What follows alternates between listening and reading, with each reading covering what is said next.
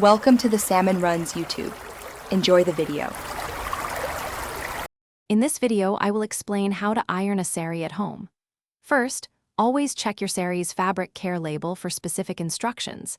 This is crucial for delicate materials.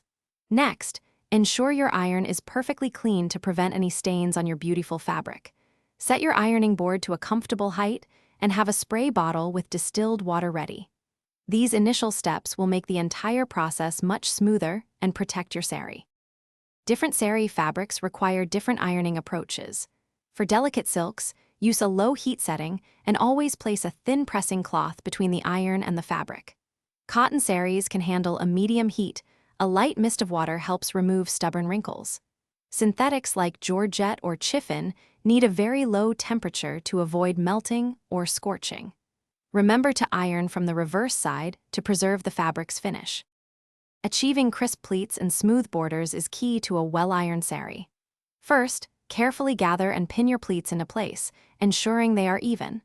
Then, iron each pleat individually, pressing firmly from the top downwards to create sharp creases.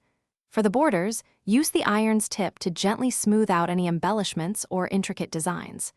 Be careful not to stretch the fabric, which can distort the saree's elegant drape. Once your saree is beautifully ironed, allow it to cool completely for about 10 to 15 minutes before folding. This prevents new wrinkles from forming.